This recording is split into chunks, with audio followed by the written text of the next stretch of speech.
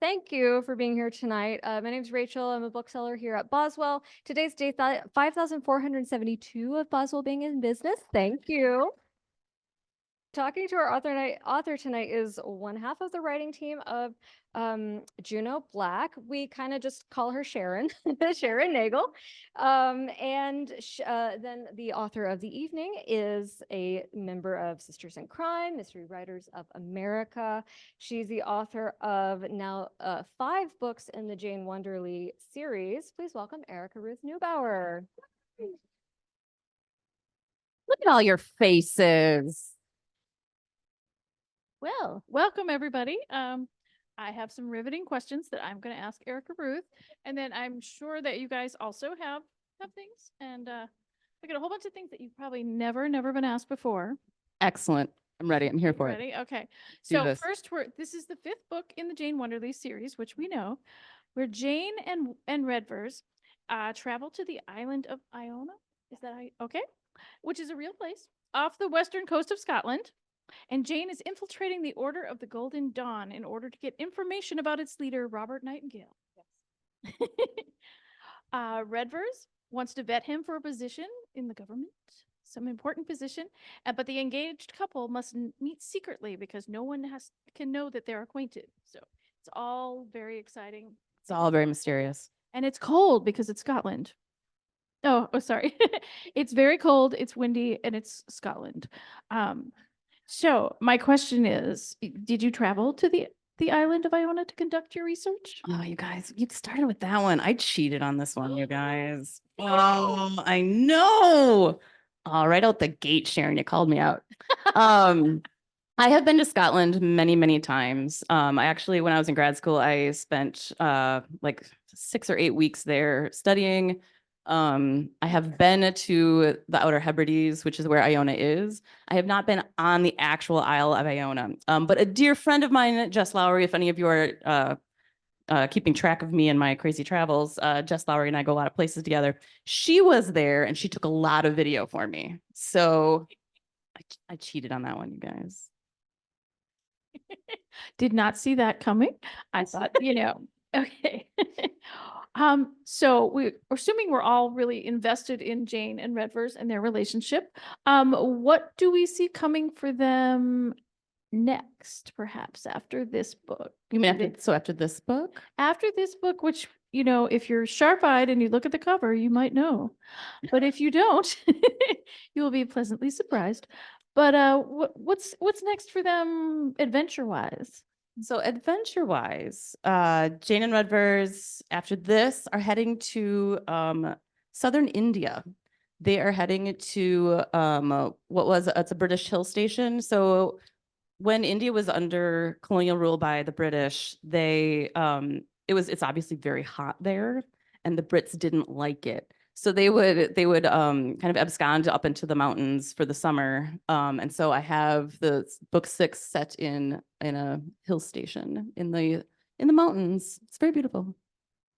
Interesting. Thank you. Yeah. Okay, moving on. So I read your author notes about Yeats, the poet, who was actually involved with the Golden Dawn, which I found fascinating. So did I.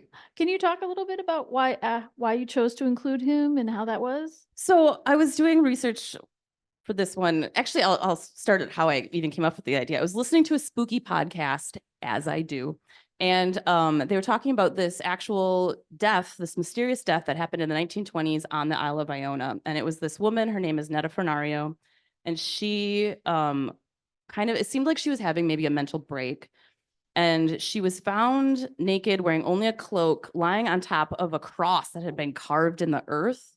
And she was lying on top of it and she was dead. And this really happened. And she was part of an occult group called the Golden Dawn. And I was on my walk and I was listening to it. I was like, perfect. This is exactly what my next book is going to be about. Because I'd wanted to do something about the occult and spiritualism anyway, because they were super hot in the 1920s. And so I started doing a lot of research about Netta and the Golden Dawn, the group that she was part of. And as I was doing research, I learned that William Butler Yeats had been a part of the group. And I was like, well, I can't let that go. So I included him, and this is the first time I've ever included an actual historical figure, which I found very daunting. Because you want to get it right. So I read some biography about Yeats and like tried to get a feel for like, what he was like as a person. So I included him in the story. He was not actually there. None of the people were actually there. I kind of took a grain of truth about how she actually died and then sort of fictionalized everything around it. Interesting. So let's see what else. How much research did you do into the astral plane and tarot cards? Is that an interest of yours? I am actually interested in tarot cards. I have my own deck. So I have done some reading about that.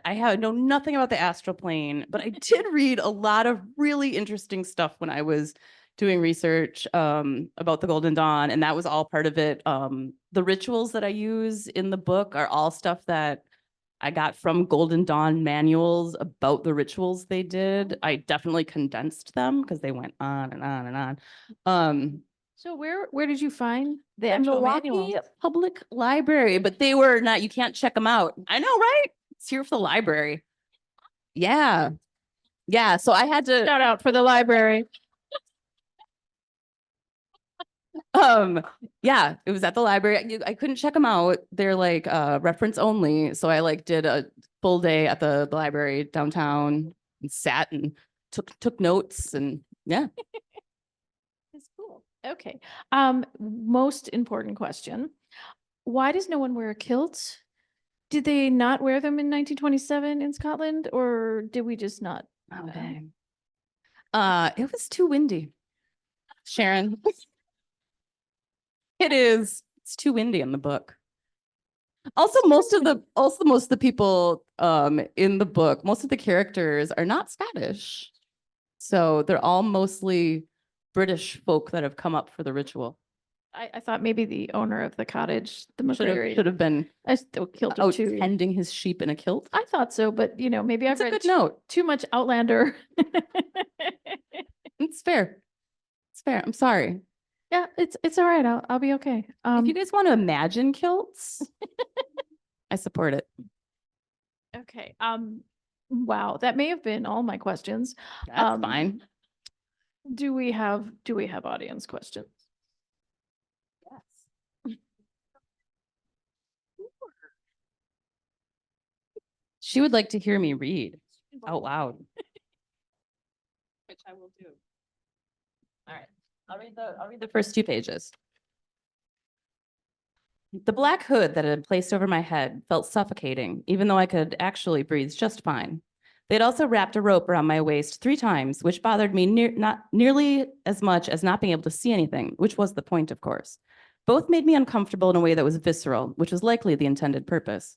I knew where the members of the older Order of the Golden Dawn were because I could hear their voices as they chanted, but I couldn't see what they were doing.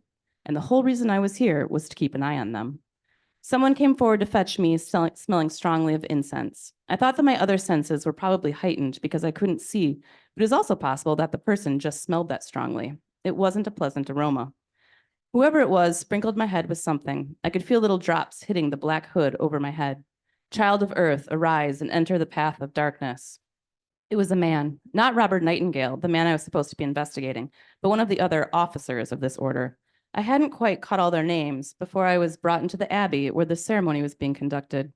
I got up off my knees with some difficulty since the floor was hard stone and I couldn't see anything to balance myself. I was going to have bruises on my knees and shins, that was for certain. The man took my arm and led me forward. They were all silent, and I remembered that this was where I was supposed to recite the lines that I'd studied. My soul is wandering in darkness, seeking the light of occult knowledge, I said, stumbling a little over the words. I'd worked hard at memorizing them, but they simply didn't come naturally to me. I felt my hand being placed on something that was hard and felt triangular in shape. That was Nightingale's voice asking a series of questions. Do you promise to keep secret everything in relation to the order, to maintain kind and benevolent relations with all the frauders and sorts of this order? Do you promise to neither copy nor allow to be copied any manuscript, lest our secret knowledge be revealed? Nightingale paused dramatically. I do. I felt uncomfortable saying the words, feeling as though I was at some kind of dark wedding and had just bound myself to something sinister.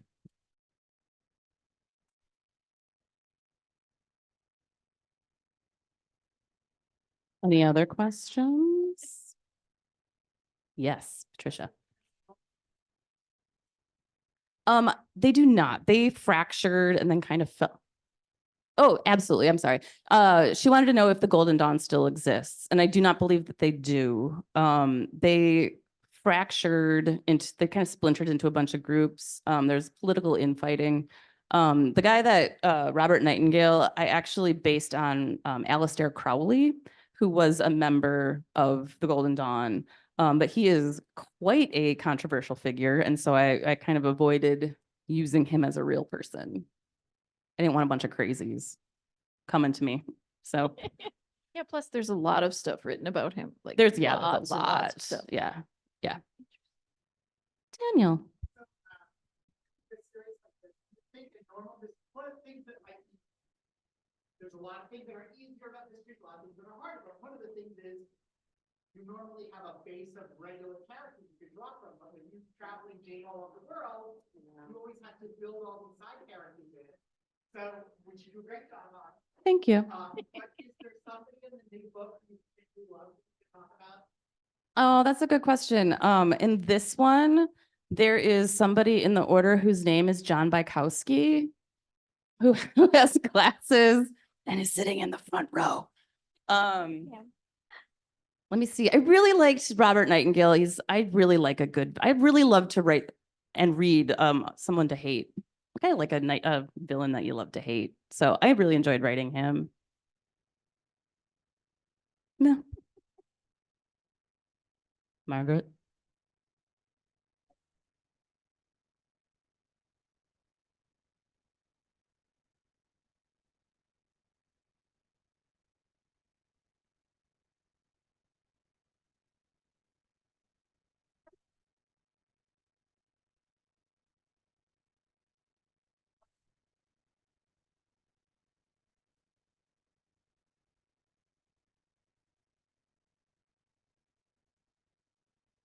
None of this is easy, Margaret. Margaret thinks that says I make this look easy, and she wants to know if I think all of it's really, I find all of it really challenging, honestly. What? Pick something? Pick one thing. Sharon, what do you find challenging about this? No, no one is interested in what I find challenging. Conversation. I think that I should tell you all, if you're unaware, that Erica Ruth is a pantser. In If life you're- and in writing. Yes, she apparently lives her whole life by the seat of her pants, which makes me just leaves me in awe of her. It's true. Do you guys outline? I'll come back to that, I promise. Jocelyn outlines. Okay.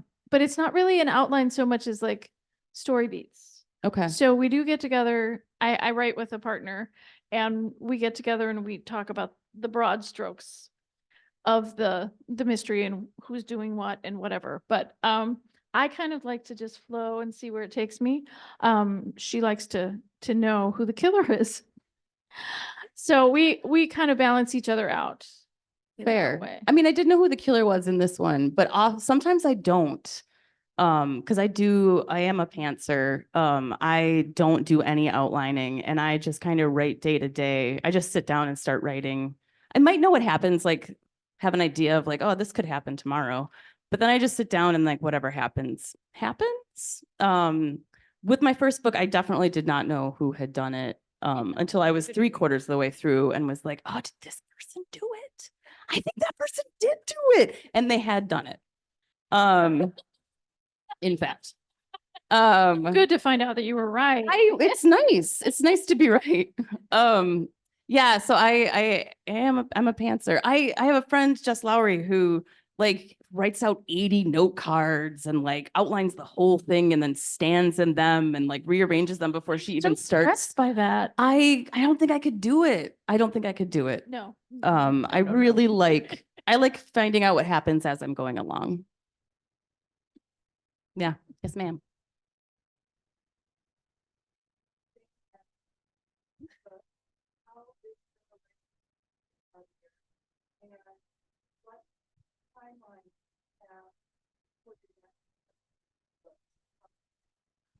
This is a multi-part question, and I will tell you all of it.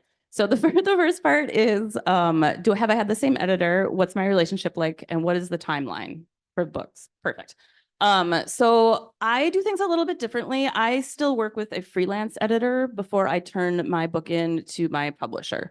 And I have worked with the same woman on each book. And she does edits, and I do, like, she'll send me like 7 pages of changes to make. I make the changes, I send it into my publisher, and then I have an editor there as well. For the last couple of books, he's had no changes for me. Yeah, which is really nice. So my freelance editor knows what she's doing. I probably wouldn't need to keep hiring her, except we work really well together. And so we've been working together so long that I'm going to continue to do that. The timeline is always basically a year. It's a book a year, which is pretty common for the mystery genre, is pounding out a book a year. So I can write a very short first draft in about 6 to 8 weeks. And then I set it aside for a couple of months, and then I come back to it, and then I fill out all of the detail and the character development and all of that. That's usually where I also make a list of what I don't know about the location, because I made a lot of extra work for myself and I moved these from city to city or from place to place. So I always have a list of things that I need to learn about that. When I come back to my draft, there's always a lot of describe this. Put something here. So I do that in revisions. You bet. Yes, Mary.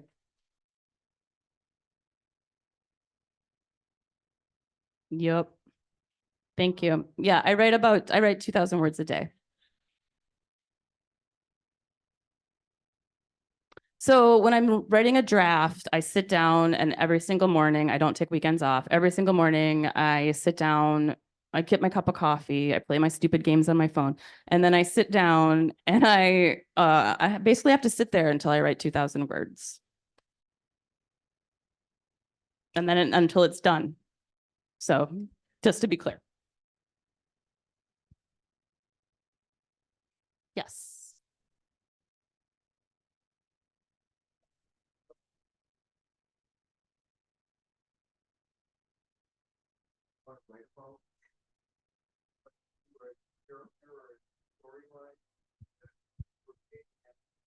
So his question is that I'm invested in Jane, which I am. But is there anyone else knocking around in my head? And you know what? There are a lot of people knocking around in my head, which is very healthy, everyone. I'm actually have a project that I am kind of shopping right now, so keep your fingers crossed for it. It's very different than the Jane books. Are you interested in other genres writing? Yeah, I would love to write in other genres. I actually have a rom-com that I wrote, and I also have, the serial killer novel. It's a serial killer novel. And then I would love to write something like Simone St. James, which I am buying today. She writes kind of supernatural mysteries that I really like. Yeah. Yes. Start writing and were you purposeful in developing or just kind of happened? That's an excellent question. He asked how I started writing it, and was I purposeful?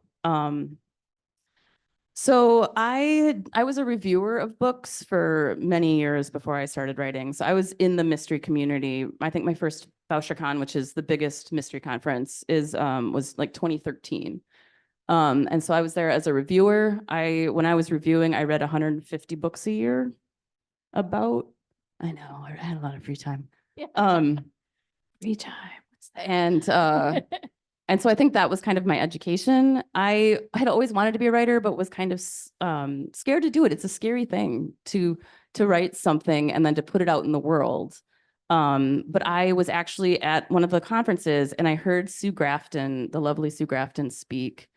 And she was saying that she had written 8 novels, and they were before she had her first book published. And they were all in the drawer. No one would ever see them. And I was like, well, if Sue Grafton can write 8 books before her first, like, I could at least try.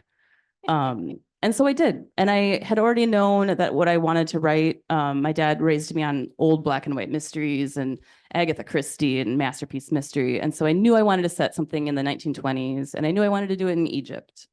And so I wrote the Murder at the Mina House. I think that might be my favorite. I Oh, love that one. thanks. It's my baby. John. Are the book titles yours, or do you have any input? The book titles are actually mine with one exception. The second one I named something else and didn't know they had changed it, and think until they sent me the cover and I was like, oh, cool. That's the name of that. But the rest of them have actually been my titles, which is really, I think, unusual for, are your titles your titles? Yes. Oh, nice. I think like a lot of top people I talk to, it's pretty unusual that they get to name their books. But yeah, I did back myself into a corner because now that I've got this alliteration thing going on. And so the next one is set in India, and I was like, oh, it's not really. Already used intrigue. I know. I was really struggling. Do you have any synonyms for murder? Hit me up. Let me know. You could move it up and make it Instagram in India. Right? Just to be like, Jane just old? fast forwards 100 years. Fair. Yes, Becky. Yeah. Yeah. I do.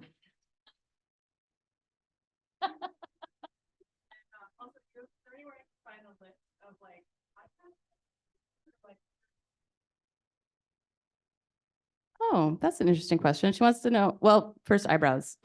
But second, if there's other podcasts, I have been on a couple of podcasts. I can get with you later.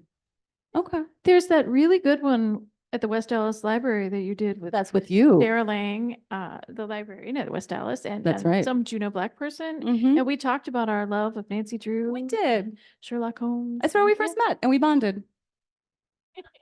That's a really good podcast. Yeah, it is. Yes, sir. So a couple questions ago, you mentioned, the novel, but do you have any failures before you wrote that? Is this That is the first novel I tried to write, and that is the first novel I got published. Thank you. I will say I rewrote that thing so many times, over and over and over again. I rewrote it before it was good enough to go. But yeah. Yes.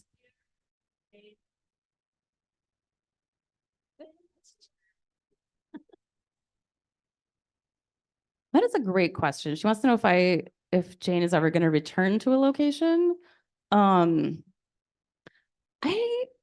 don't think so, because I really like to travel.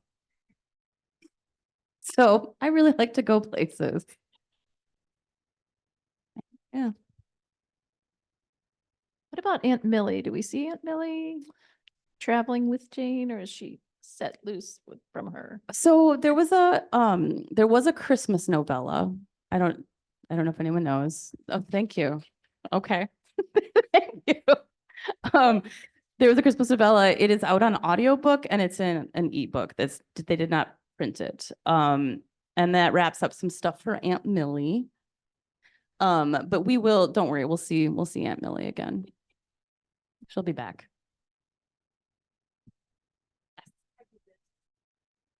I have been to India. I have been to northern India. I did like a 14-day tour there.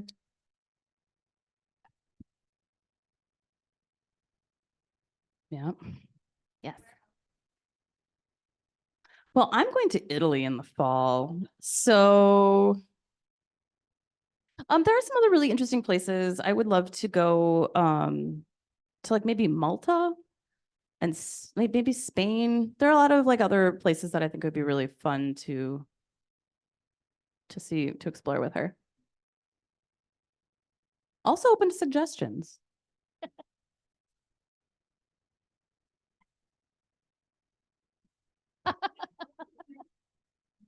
Yeah. There's some discussion about whether I should bring her to the United States. Right. Bring her to Milwaukee. Anybody else? Nick?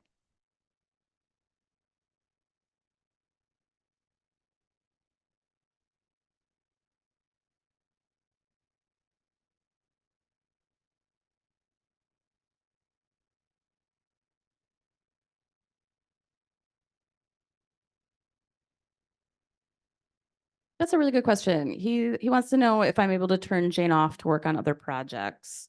I am actually. I think when I'm in another project, I'm in that project.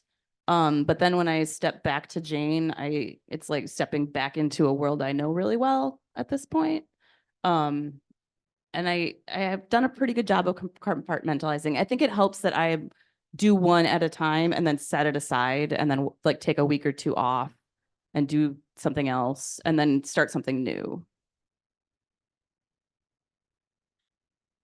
Yes, ma'am. I do not.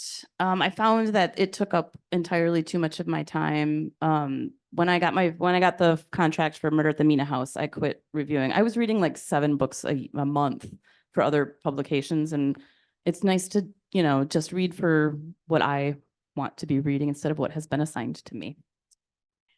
What about the public investigator gig? Is that?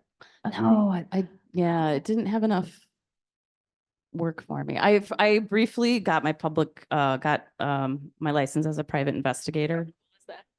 But there wasn't enough work, so I ended up not being able to make a go of it. Yes. Oh, that's an excellent question. What are some of my other favorite mystery writers? Well, Juno Black. She has clearly. to say that. No, it's not. It's true. They're such charming books. I love that. I love your series. Thank you. I love Simone St. James.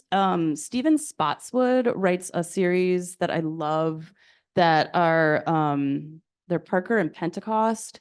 And they really remind me of Nero Wolfe. They're set in the 40s in New York, but it's 2 women that are private investigators, one of whom has MS and has a hard time getting around. I love those books. That's an auto buy for me. I also love Sherry Thomas. She writes the Lady Sherlock series. That's another like, snatch it off the shelf auto buy for me. The Study in Scarlet Women? Is Yeah. that- okay. Yep, that's the first one, A Study in Scarlet. Who else? Oh, Ashley Weaver. She has 2 different series, Amory Ames and Electra McDonald. I really enjoy both of those series. As well as Tasha Alexander. I read a lot of historical fiction. I really enjoy historical mysteries. So that's what I tend to gravitate toward. What about Carrie Greenwood, the Franny Fisher ones? Did you? I have never read those because I loved that show so Same. much. I haven't read them either, but I love the show. I love that show. Yeah. Miss Fisher's Murder Mysteries. If you haven't checked it out on Acorn, I see a lot of heads nodding. Yeah, Yep. that's Close hats it's for so all of good. us. Yeah. Yes. Anybody else? Yes, ma'am.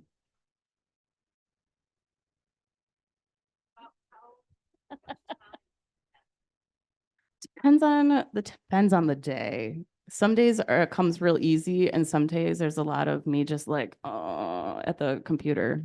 It can take anywhere from like 2 to 3 hours. Are you? Oh, sorry. Yeah, I'm pretty, yeah. Are you one of those dedicated people that turns off the internet and No. access to it? And No, that's a really good idea though, and I should. I understand that people do that, but yeah, I don't know. I have to research things. Yeah. Yes. All right. Yes. Thank you. Yes. So over here, I have a Nancy Drew tattoo. I think we all know why. And over here is the Mystery Machine. Yep. On my back, I have a huge Agatha Christie and an Edgar Allan Poe. So it's all very thematic. I'm getting another one. I'm getting all the weapons from Clue. Will Thank you also have cats to match the all the characters? That would be amazing. Erica Ruth has Professor Plum and Colonel Mustard that live at home with her. It's They true. are kitties. It's true.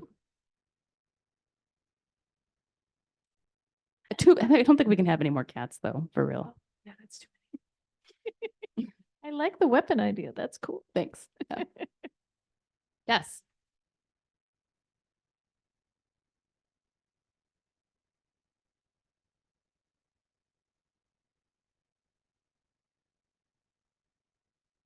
Oh, that's a really good question. I think I was really young. I remember with my friend, like trying to write stupid little books and using like stamps and being like, this is going to be awesome. It was not. I think it was really Nancy Drew. I remember like my mom putting that first Nancy Drew in my hands. I was in second grade and it was this The Secret Shadow Ranch. And like I devoured those books. And I was so excited for Christmas and birthdays because I would get a handful more for every holiday. How do you feel about Trixie Belden? Did you I read some Trixie Belden as well. They were like all my mom's copies from when she was a kid. Yeah. I have some of my mother's old Nancy Drews Yep. with the blue covers Yep. and the, Yeah. again, cloche hats, roadsters. Yeah. Yeah. The whole thing. Yeah. Does that answer your question, Nick? Okay. Anybody else? Yes. You're looking for either interrogation or Oh, nice. I ended up going with Homicide in the Indian Hills. So I'll keep that in mind for Italy, though. Thank you. Yeah. Keep picking all these eye countries. Right? That's a tough one. Anybody else? Yes, John. So Jane is engaged. Jane is engaged. Do they get married or is that spoiled? I'm not going to spoil it. Get out of here. Apparently Sharon will, though. Who's in charge of your covers? Do you? Oh yeah, no, I have no say over my Oh, really? Okay.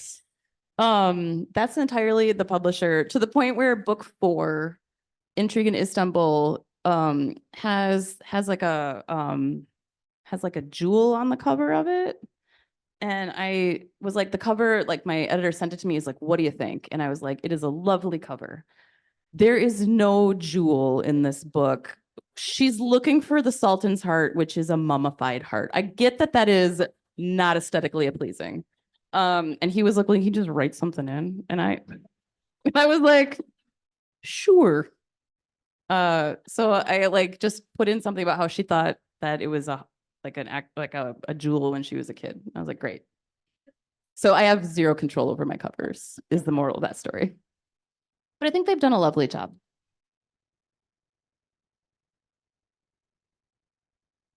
Is that it? That might be it. Okay. Last minute question, or you can save your super secret questions until the signing line. And then, because I will be signing books.